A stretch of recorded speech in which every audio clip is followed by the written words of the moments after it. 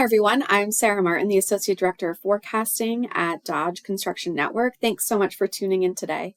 We'll be looking at what happened to construction starts in the month of October. Now, a quick reminder, here at Dodge, we track projects from their earliest planning stage all the way through to when they break ground. And once that project has broken ground, we classify it as a construction start. At that point, we put the full dollar value and square footage of the project into its starting month. So in the month of October, we saw total construction starts improve by 21.1%.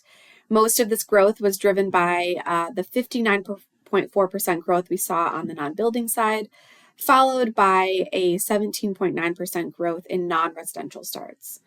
Unfortunately, on the residential side, we saw starts pull back about 15.4% this month. Year to date, in terms of dollar value, total construction remains up close to 6%.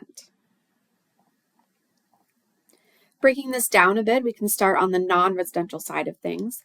So a lot of the growth we saw in non-residential this month was really centered around retail, office, and data center construction starts. Some of that growth was offset by declines in parking garages, hotels, and warehouses.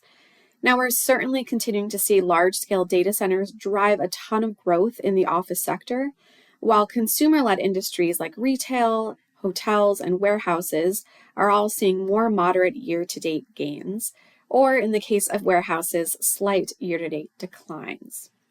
Manufacturing had a much stronger month, growing 107% from levels in September, but on a year-to-date basis, manufacturing remains down 9% from 2024 levels, so still pretty overall weak activity so far this year. On the institutional side, we saw weaker construction activity in education and healthcare starts, but those declines were completely offset by a 49.5% gain in our other institutional category. And a lot of that growth was supported by the $1.9 billion expansion that started in the LA Convention Center this month. On the residential side, we did see a bit of a trend, a different trend than we've been seeing recently. You can see that on a year-to-date basis, single-family starts are pretty weak, but we're up 2% in October. Meanwhile, multifamily starts have been having a strong year, up 11% year-to-date, but pulled back 38.5% in October. And then finally, non-building starts experienced pretty steady gains in all sectors except highways and bridges. And you can see that in particular, utilities saw a 385% growth over the month. And that is on the back of two very large projects, one being a $15.1 billion LNG facility in Louisiana, and another being a $9 billion LNG facility in Texas. So when I look at this data, what continues to jump out to me month after month in 2025 is that growth in construction starts is being propped up by really high value mega project activity. We saw 10 projects valued at $1 billion or more break ground this month, and all of that was centered around data centers, manufacturing, and LNG construction.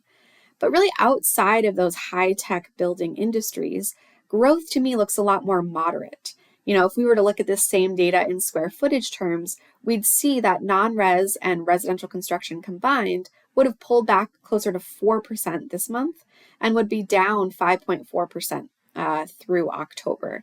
So pretty different trend than when you look at it in value terms, where we're seeing that same year-to-date growth up, closer to 5 or 6% this month. All right, that's all I have for you. Thanks so much for tuning in, and I'll see you next time.